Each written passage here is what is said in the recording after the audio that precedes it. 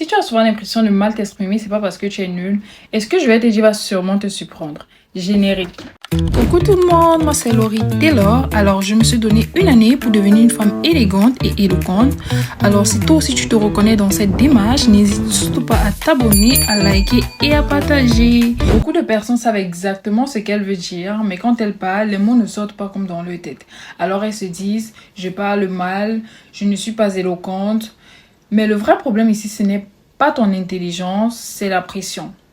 Alors, quand tu parles avec la peur du jugement, la peur du regard des autres, ton corps se crispe, ta respiration change et ton cerveau accélère.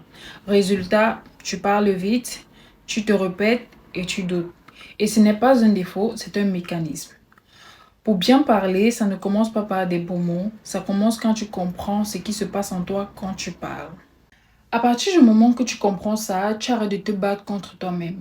Tu comprends que le but n'est pas de forcer la parole, mais de faire baisser la pression. Et lorsque cette pression baisse, les mots reviennent naturellement. Ce n'est pas que tu ne sais pas parler, c'est que tu parles en te surveillant.